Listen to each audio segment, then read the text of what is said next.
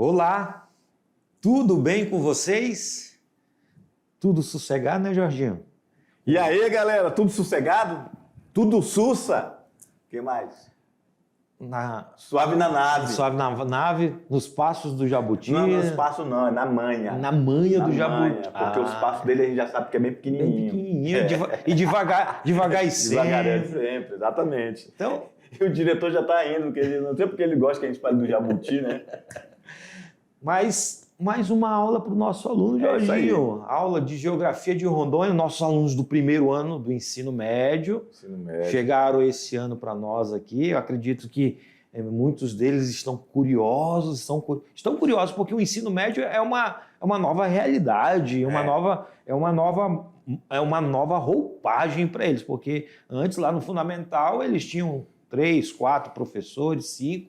Agora no ensino médio não, no ensino médio tem outro grupo de professores, o raciocínio é um pouco mais rápido, né? Mas, ao mesmo tempo que o raciocínio é rápido, os nossos alunos, como são inteligentes, eles anotam as informações que nós estamos passando.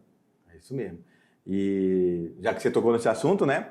É por isso que a gente fala, né? Sempre, suave na nave, tranquilão, só na manha. Porque a gente sabe justamente desse efeito dele ter chegado no ensino médio e ter pegado uma equipe de ensino médio que, embora seja, entre aspas, à distância, ao mesmo tempo é presencial. E os alunos são cobrados, coisa que é uma realidade muito diferente do ensino fundamental que eles tiveram. Porque aqui a gente não quer aquele conhecimento baseado em conceitos.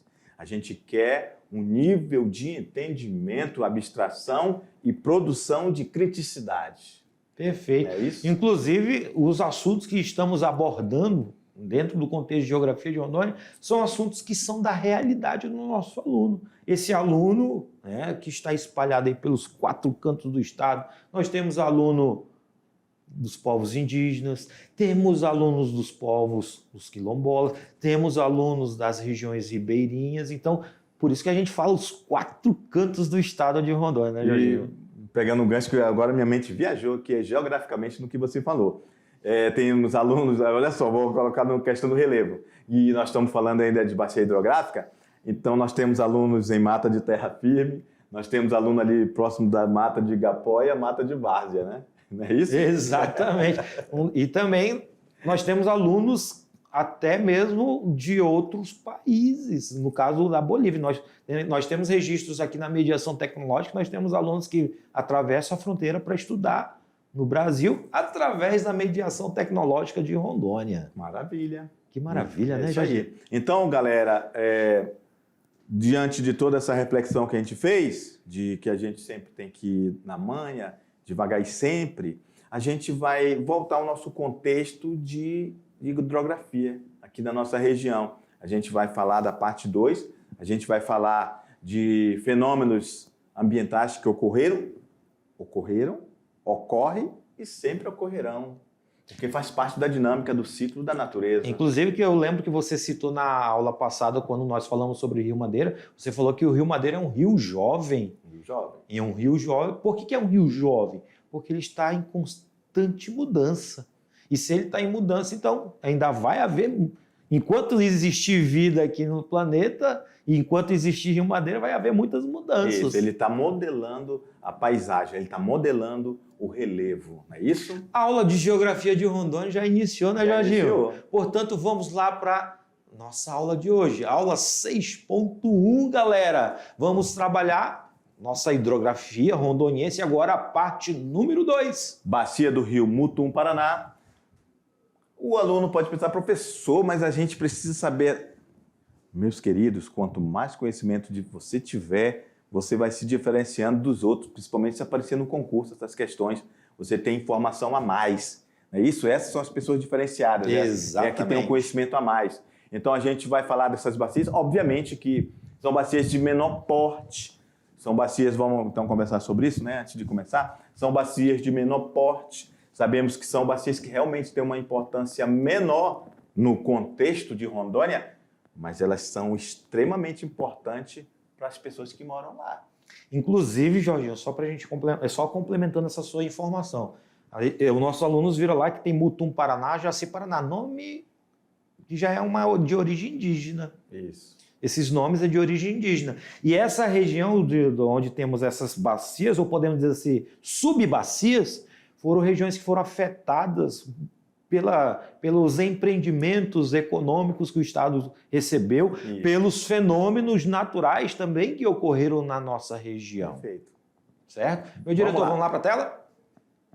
Então vamos trabalhar hoje a bacia do rio Mutum, Paraná, bacia do rio Jaci, Paraná, a cheia de 2014, a cheia do Rio Madeira de 2014. Vamos falar sobre a questão econômica da hidrovia do Madeira e, finalizando, o complexo hidrelétrico do Madeira. Os rios de Rondônia, parte 2. Você está vendo exatamente a bacia hidrográfica do Rio Madeira, mas nós temos as subbacias. Lembrando que o Rio Madeira ele é um dos maiores rios da Amazônia, é o maior rio de Rondônia e ele nasce pela junção dos rios Beni, do rio Abunã e ele tem afluentes. Olha só que interessante, galera. Os afluentes do rio Madeira estão aqui, ó. Já foi falado sobre o rio Mutum Paraná, o rio Jaci Paraná. Nós temos também o rio Candeias. Olha só que interessante. O Rio Preto, o Rio Jamaré, são rios afluentes do Madeira. Por que são afluentes? Porque eles irão desaguar no rio principal, que é o Rio Madeira. Isso. E está aqui o Rio Beni, que aqui essa região, vou até mudar aqui a cor, que aqui já é a região da Bolívia, né? Certo. Que ele depois se junta aqui com o Rio Mamoré. E um detalhe, os nossos alunos devem ter visto, mas, professor, ali tem um rio Abunã. Pois é, o rio Abunã, por sinal, ele é da fronteira também, divisor da fronteira Brasil e Bolívia, que está aqui também, ok, galerinha? Então, vocês observam que esses rios são importantes no contexto de bacia hidrográfica de Rondônia e são subafluentes. Bacia do rio Mutum, Paraná. Está situada no noroeste de Rondônia, entre Porto Velho e Nova Mamoré. A foz da bacia é o Madeira, como nós vimos nesta imagem, ok? A bacia do rio Mutum, Paraná, deságua no rio Madeira. Está aqui, ó. Circulamos ela agora há pouquinho. Não é isso? Certinho. É uma bacia pequena, no entanto, ela é, como falamos, é uma bacia importante para as pessoas que vivem aqui, que praticam agricultura, que usam, fazem lavouras, são famílias, né, que têm agricultura familiar. Atividade pesqueira. Atividade agropecuária, enfim. A bacia do rio Mutum, Paraná, ela apresenta, né, essa característica porque ela é uma bacia pequena, como foi falado. Ela só tem 330 quilômetros quadrados e está dentro de uma grande reserva indígena, da reserva da tribo indígena Caripuna, tá? E que nós temos alunos dessa tribo estudando também na mediação tecnológica. Isso. E essa área dessa bacia, 48% do total é para a reserva indígena Caripuna. Você falou que ela é pequena, né? 330 quilômetros quadrados. Mas vai andar para você ver. É muito chão para andar. Muito chão. Porque nós ou navegar, né? Porque a gente está falando de bacia hidrográfica, então a gente vai ter que pegar um barquinho para poder navegar ela, né? Obviamente que aqui a gente não tem a intenção de substituir o conhecimento de matemática, muito pelo contrário. A gente tem que entender que nós somos de outra área, cada um no seu quadrado. Mas isso não significa que a gente não pode dar uma pincelada em outra disciplina, como a matemática. Perfeito. Nós paramos aqui para dizer que 330 km quadrados, a gente equivale a dizer que aqui é 330, aqui é 330, 330 e 330. Não necessariamente quer dizer que tem que estar assim, dessa forma quadrada, mas é um cálculo matemático dessa área que vai dar esse valor aritmético. Perfeito. Aí vocês observam a imagem da bacia hidrográfica. Claro, essa imagem da bacia hidrográfica do rio Mutum, Paraná, ela é feita através de imagens de satélites. Essas imagens satélites, elas fotografam e registram e transformam exatamente nessa bacia. Um detalhe importante, vocês observam, isso a gente trabalhou em cartografia, Jorginho, eu acho que o nosso aluno vai lembrar. Nós temos aqui, ó, esses numerozinhos, que é chamado de longitude, tá? Nós temos também a latitude, vou até colocar de outra cor aqui, ó. Olha só, vou colocar de roxo. A latitude.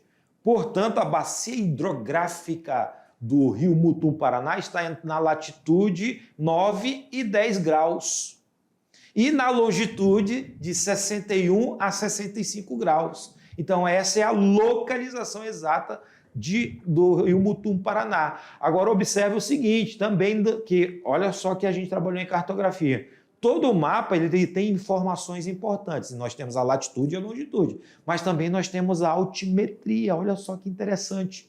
A altimetria da bacia do rio Mutum, Paraná, é uma altimetria que ela está em áreas um pouco mais elevadas e vai se aproximando para a área de planície, que é justamente a área que essa bacia vai desaguar lá no Rio Madeira, uma área plana. Então, aí o aluno pode ter olhado na imagem anterior, né?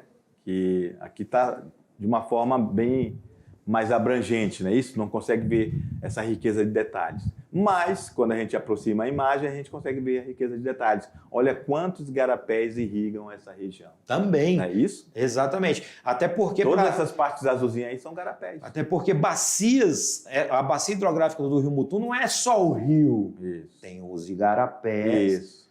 Que são os subafluentes do Mutum. Que é um afluente do Madeira. Que é um afluente do Madeira. Isso. Então, é um efeito dominó de pequenos garapés, nascentes d'águas, que vão desaguar no Rio Maior, que vão desaguar no maior, que é o Madeira, que o Madeira é o maior que vai desaguar no Rio Mar, chamado Rio Mar, que é o Amazonas. Amazonas, perfeito. É isso? Exatamente, Jorginho.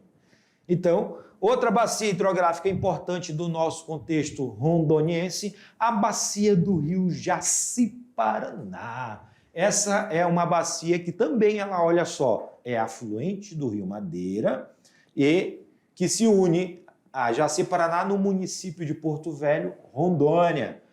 Os afluentes da bacia do rio Jaci-Paraná crescem, olha só, no Parque Estadual de Guajará-Mirim, com 216.568 hectares, tá? E foi criado em 1990. Peculiaridades da bacia do rio Jaci-Paraná, Jorge. Olha só que interessante. Ela é uma bacia que vem descendo a Serra dos Pacás Novos. Relevo, altimetria, como o Jorginho já falou para vocês. É um rio de fronteira, tá? E que está numa reserva. E num parque, no caso a reserva extrativista de Jaci-Paraná, e no Parque Estadual de Guajará-Mirim. O rio Jaci-Paraná, por sinal, galera, ele também vai desaguar lá no Rio Madeira. Agora um detalhe... Lá não, aqui, né? É aqui, porque nós estamos... Nós estamos aqui em Porto Velho. Mas eu digo lá... Lá porque os alunos estão lá longe, né?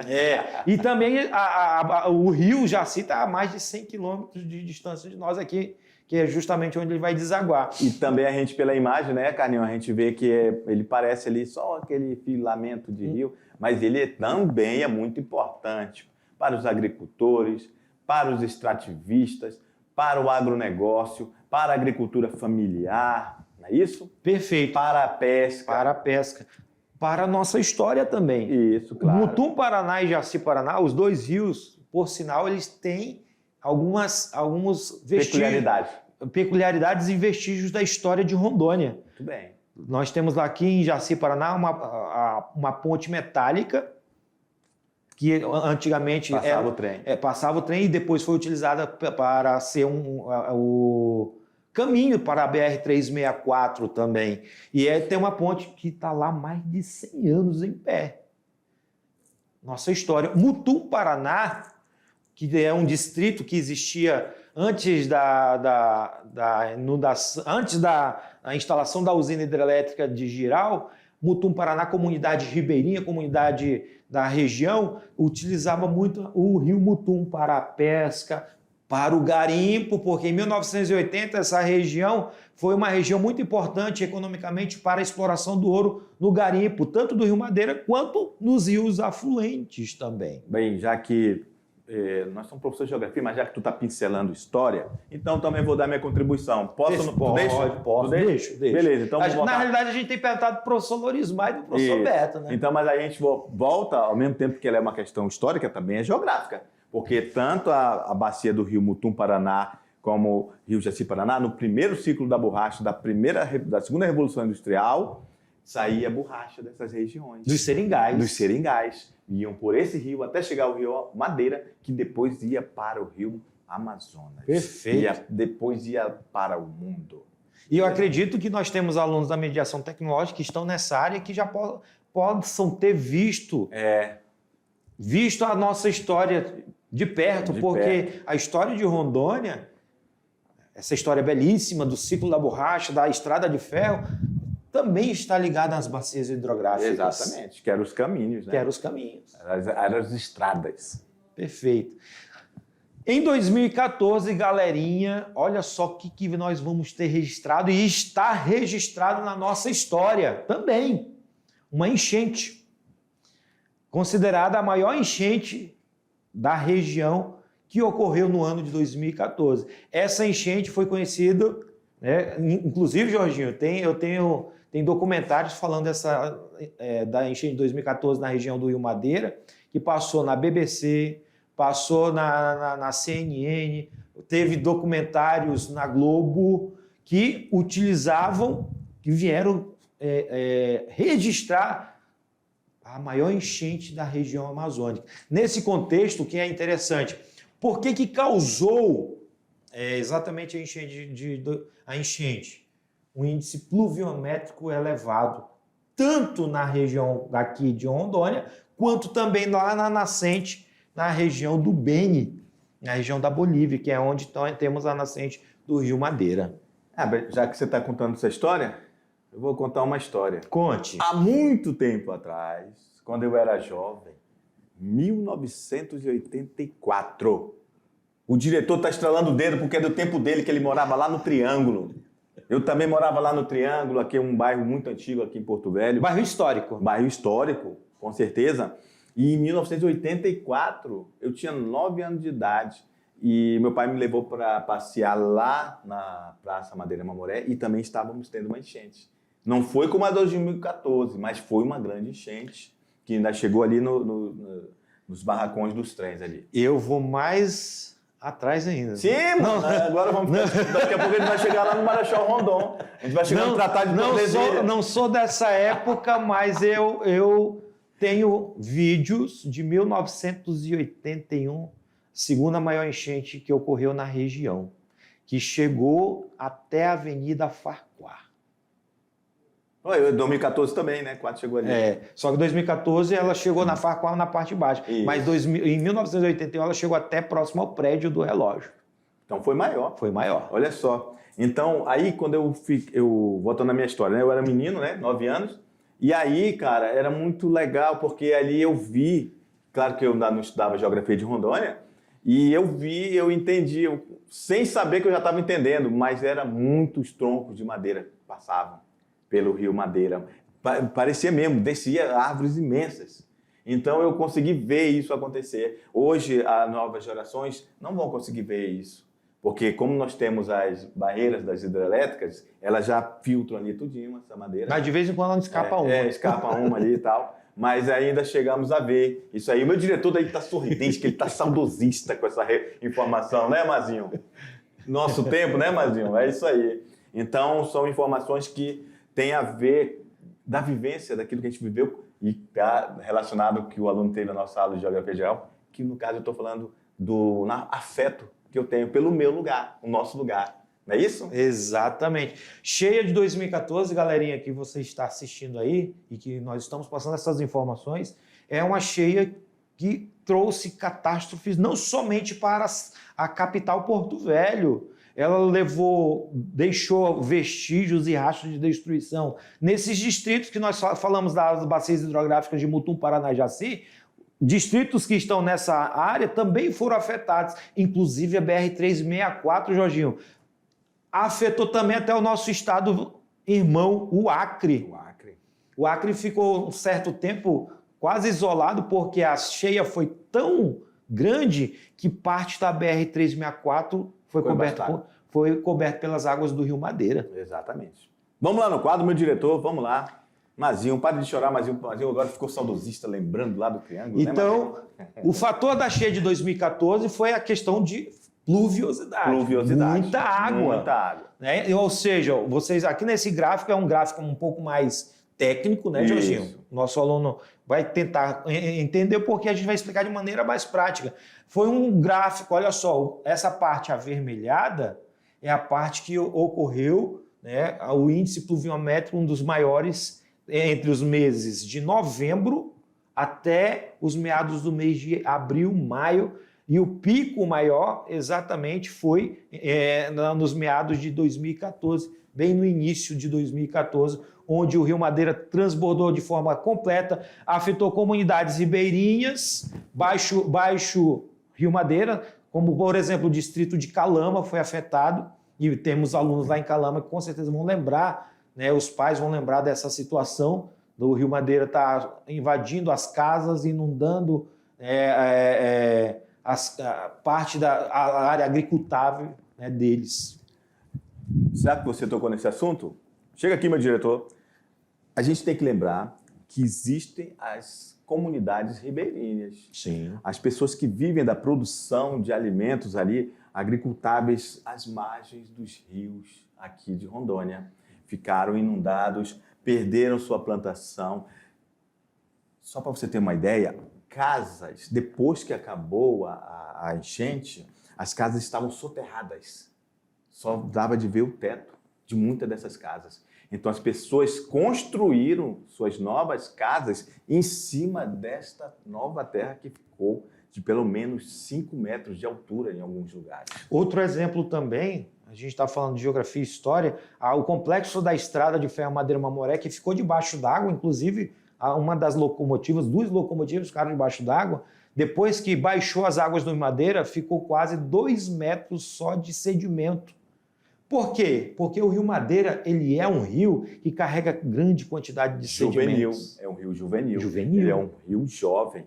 Essa é uma das maiores provas que é um rio jovem, geologicamente falando, é quando há essas situações em que ele está num volume de água muito intenso, ele está num trabalho de sedimentação também muito intenso e trazendo e transportando matéria de muito longe, Carlinhos, para outras áreas que, inclusive, depois que desce as cachoeiras, essa sedimentação ela se torna mais intensa, porque o rio começa a perder sua força.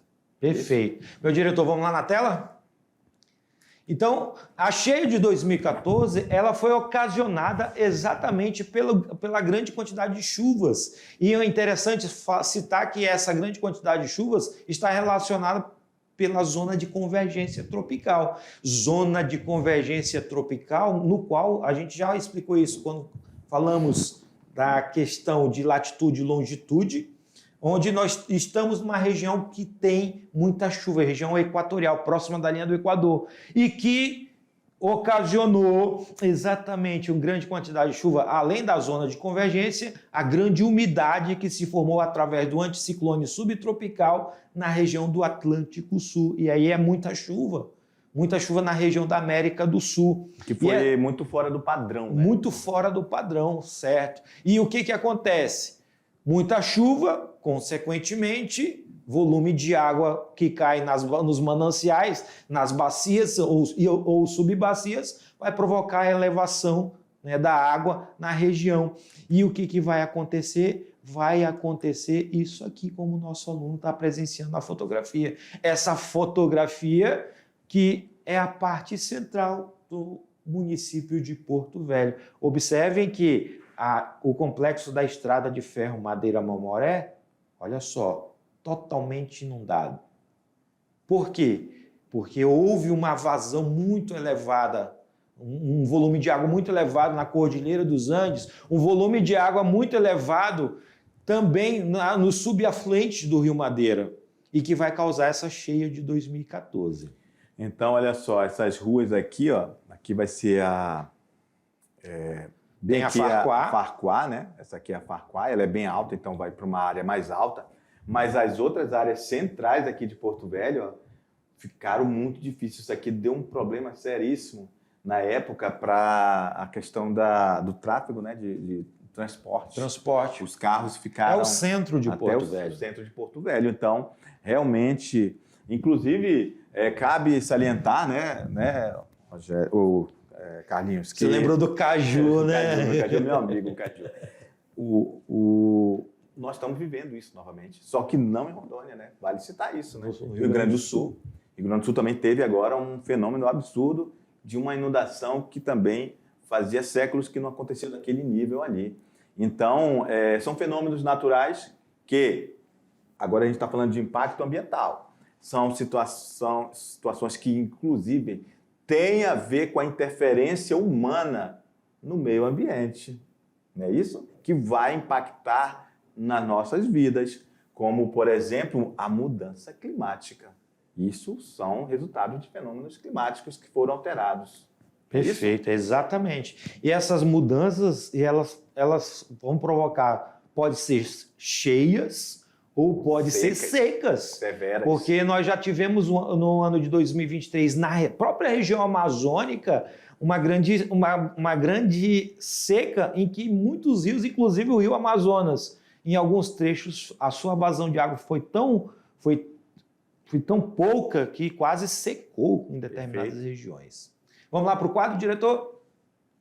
Outra área afetada, olha só, a BR-364. Lá de Jaci, Paraná. Olha aqui a ponte que nós acabamos de citar, Jorginho. A ponte aqui, ó.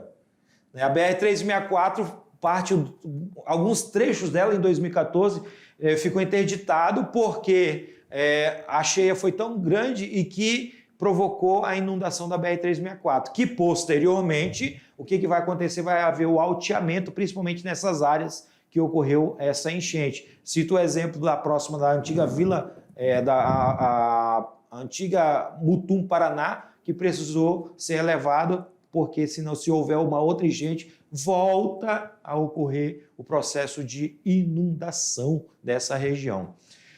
Falar sobre a hidrovia do Madeira, claro, é importante porque faz parte do nosso contexto econômico. A hidrovia do Madeira tem uma largura que varia entre 440 metros a 10 quilômetros. Olha só que interessante, Carlinhos. Então, nós temos lugares no Rio Madeira que tem 10 quilômetros de largura.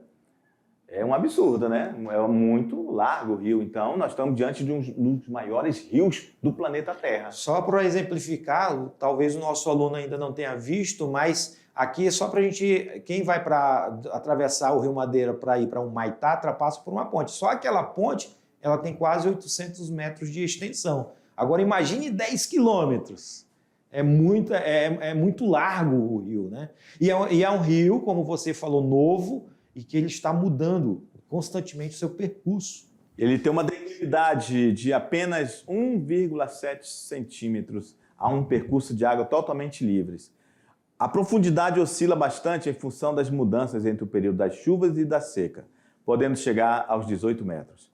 Ele é navegável durante todo o ano, permitindo o tráfego de comboios de barcaças de cargas com até 18 mil toneladas. Então, isso quer dizer que ele é muito importante para a economia. Para a economia. De uma forma subjetiva, o aluno já tem que entender que ele é muito importante para a economia, tanto de Rondônia, quanto do Acre, quanto do Amazonas. Só por a nível de conhecimento do nosso aluno. A gente está tendo uma eletiva, né? Uma trilha, que está falando sobre BR. Boa parte da produção do estado de Rondônia e parte do estado do Mato Grosso vem pela BR e vai ao porto de Porto Velho e desce pelas barcaças, e nessas barcaças desce pelo Rio Madeira, pela hidrovia do Madeira. Perfeito. Os principais produtos exportados para Rondônia pela hidrovia são soja, cacau, café, milho, arroz, feijão e mandioca. Também é o caminho de passagem de parte da produção de grãos do Mato Grosso. levada por via rodoviária, que é o modal, né? Vem lá do Mato Grosso, pela BR-364 até chegar na hidrovia do Madeira. Da hidrovia do Madeira vai para o mundo. Não é isso? Perfeito.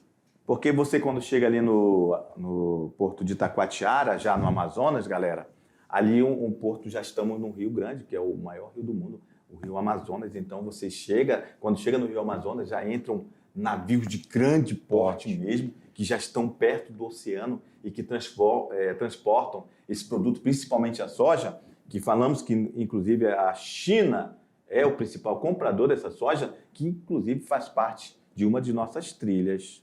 É isso? Perfeito. Só uma parcimônia na Amazônia. Só uma curiosidade. Você sabia que Porto Velho também, até os meados de 1960, recebia navio de grande porte também pelo Rio Madeira? Sim, sim, sim. Então, assim, você percebe que devido a essa mudança de profundidade, sedimentação, impactos ambientais causados pela ação antrópica, que é a ação do ambientais, homem, mudou a navegabilidade do nosso Rio Madeira. Inclusive, no período do verão amazônico, perfeito, a navegabilidade torna-se um pouco mais precária porque baixa muito o volume de água e essas barcaças e embarcações que vêm de Manaus para Porto Velho ou de Porto Velho para Manaus, também tem que tomar cuidado para não ficar encalhados. Ou porque surgem barrancos no meio do rio. Exatamente.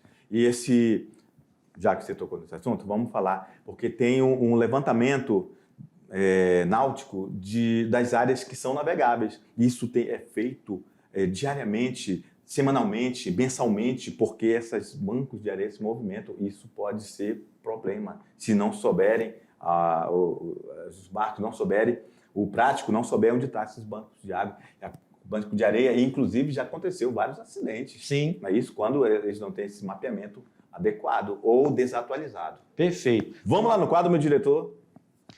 Na viagem de volta, subindo o Rio Madeira, as embarcações trazem produtos da onde? Da cidade de Manaus para Porto Velho. Principais produtos que nós consumimos aqui no estado de Rondônia é o gás natural, gasolina, óleo diesel, algumas matérias-primas, veículos e produtos e equipamentos utilizados pelas empresas instaladas em Rondônia.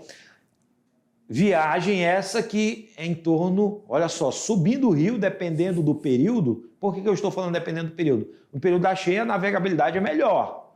Da seca já demora mais, por causa que está subindo o rio, já tem a questão, né, do quilômetro, né, para rodar, subir o rio, e tem a dificuldade de desviar dos barrancos da areia. Então, demora mais. Né? E o peso.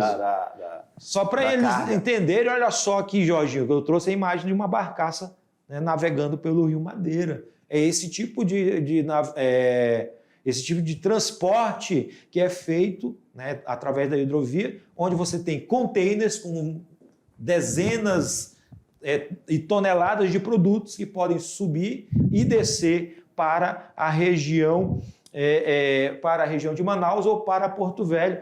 Inclusive, né, Jorginho, você tem aí algo interessante para o nosso aluno também. É isso aí, olha só. Nós estamos falando do contexto da bacia hidrográfica maior do planeta Terra. Este rio que o Carlinhos colocou essa imagem aqui, que vai chegar lá no Rio Amazonas, que é o maior rio do planeta Terra, tem várias músicas que falam desta obra absurda e linda da natureza, né? E uma dessas obras é do Boi Caprichoso, lá de Parintins. Tem uma música chamada Mãe Andina, que é onde nasce o Rio Amazonas, que ele diz assim, ó: Mãe Andina, nasce teus filhos em gotas de lágrimas claras, puras e cristalinas. Olha o teu rio correr, deixa o peixe viver e o índio pescar, artérias que drenam teus rios, furos e paranás. Olha só que lindo. Maravilha, hein? Então fica aí a dica de uma música maravilhosa para você, caprichoso, o nome Mãe Andina. E aí, quando o aluno lembrar dessa música, ele vai lembrar que nós estamos falando de uma das bacias hidrográficas da Amazônia. Da Amazônia, isso, né? Aí. Perfeito. Outro fator importante sobre o Complexo do Rio Madeira é a questão da produção de energia, o complexo hidrelétrico. É isso aí. Obviamente que a gente está falando do complexo hidrelétrico do Madeira, a gente está falando de Santo Antônio e Jirau. Tem as duas gigantes na produção de energia elétrica no Brasil. Olha aí, ó, acabamos de falar, né? Santo Antônio e Jirau apresentam significativo potencial elétrico. Em resumo, a seguir das usinas que compõem esses complexos do Rio Madeira. Vamos falar do resumo delas. Olha aqui. Deixa eu controlar aqui, Carlinhos. Vamos lá. As usinas hidrelétricas de Jirau e Santo Antônio são duas grandes obras do PAC no setor de energia. Elas são duas obras, elas não... Vamos lá. No contexto Brasil, no contexto de energia, no contexto econômico, a gente tem que entender que o Brasil ele tem, no contexto de energia elétrica, um operador nacional. Ou seja, toda essa energia elétrica do Brasil ela está interligada.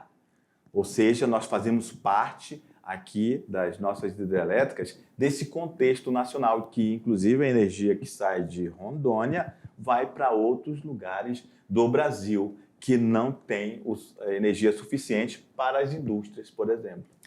Vou dar uma curiosidade. Você sabia, Jorginho, por que foi construídas as duas usinas no Rio Madeira? Por quê? Porque anos antes o Brasil passou por um blackout. A região centro-sul do Brasil, região mais de concentração populacional e industrial, teve um grande blackout.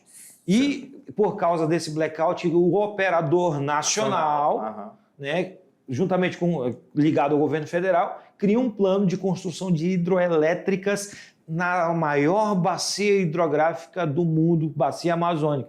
Temos aqui duas, a usina de Jirau e Santo Antônio, temos na região do Pará mais outra, né, e que complementam essa questão do fator energético e que toda essa produção vai para o centro-sul do Brasil.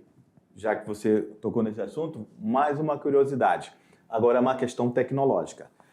Antigamente, o nível tecnológico que se tinha notícia era de fazer usinas hidrelétricas em que o equipamento dessas turbinas era no modo vertical. Só que melhorou a tecnologia e não estamos em Rio de Planalto, que dá de fazer e colocar elas no modo vertical, estamos no Rio de Planície. E foi possível colocar ela no modo horizontal, que também gera energia elétrica. Esse tipo de turbinas é a turbina Bulb e a turbina Francis, que precisam, uma precisa de queda de água, isso, a outra precisa de correnteza de água, certo? A gente percebe, eu já visitei as duas usinas e já olhei, observei essa questão, a gente percebe que são em torno de 52 turbinas gerando energia. É grande demais, é muita energia. Um detalhe importante, essa energia toda passa por um sistema chamado de linhão. E cruza o nosso estado todinho até chegar na região centro-sul do Brasil, especialmente os estados do interior de São Paulo e o Paraná. Perfeito. Vamos lá no quadro, meu diretor?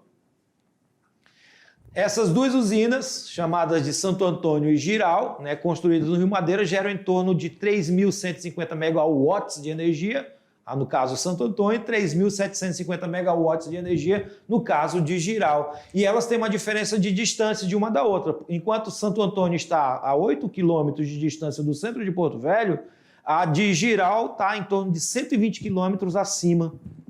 Então, por isso que vai ter essa distância, por causa da questão do volume de água e vazão de água que vem descendo pelo Rio Madeira, ok? Aí vocês observam as duas usinas, Santo Antônio e Jirau, certo? Santo Antônio e Jirau, que forma o complexo energético da região. Lembrando que, só mais uma vez, essa usina foi construída a partir dos anos de 2007 na região. Isso. A primeira usina hidrelétrica na região de Rondônia, ela é de 1980, que é a usina hidrelétrica de Samuel, na bacia do Rio Jamari. Já que tu falou em 2007, vou só contar uma historinha aqui, vamos ver se você lembra aqui. Há muito tempo atrás, quando o professor Jorginho era jovem, o nosso diretor também viveu isso aí. Lá no Triângulo, a gente ia lá para Cachoeira. Não era, meu diretor? Íamos lá para Cachoeira, tomar banho, tocar um pagodinho, e hoje isso acabou. E pescar, né? E pescar, né?